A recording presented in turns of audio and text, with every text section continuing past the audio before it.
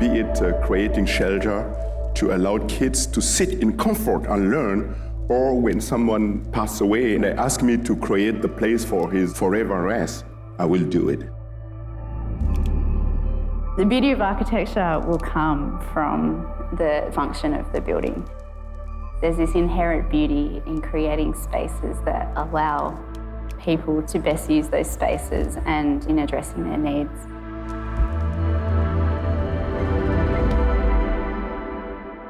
Such an honour to have you here with us this afternoon, Francis. We have so many students here who are living in some very hot environments and looking at how they can make their schools better. You've grown up in Burkina Faso, but when you were the age of some of these students, did you already know at that point that you wanted to be changing the world through architecture? As a kid, we will play with everything.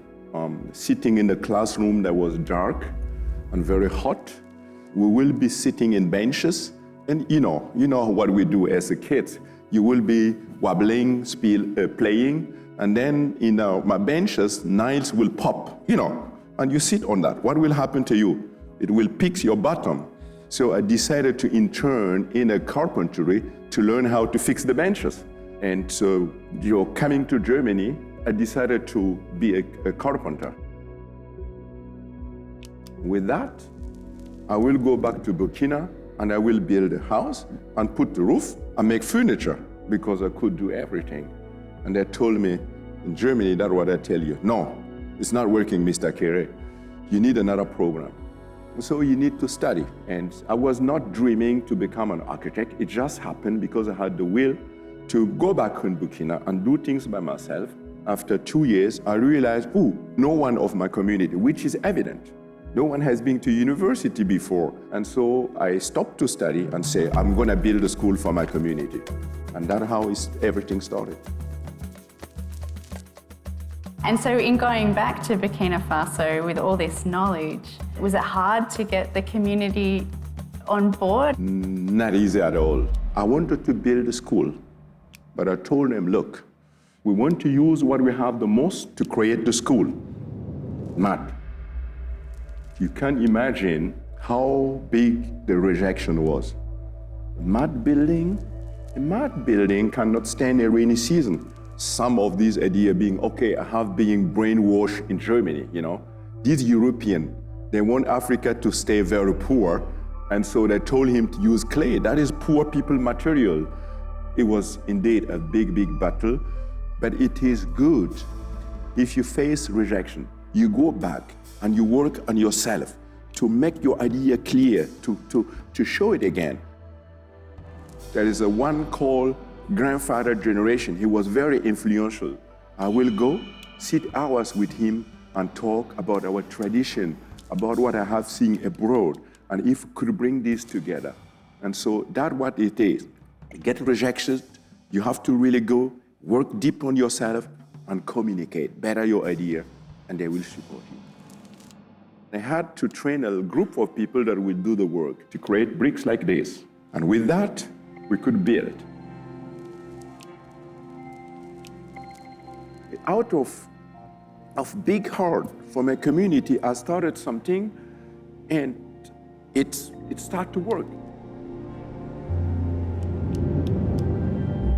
So you've said before that design needs to be embedded in the reality and that the reality is climate. Can you talk a little bit more about your response to climate and what that means to you and your design process? For me, taking what is the most available in the place and try to create something that provides comfort to the people, there's no question to discuss about it. That is the most natural thing to do. This is my DNA.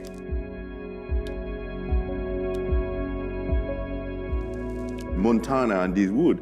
It's wood that was supposed to be burned, to thrown away. I went to Montana, so rich, so many wood. And that is, I'm running here through Australia with the same eyes.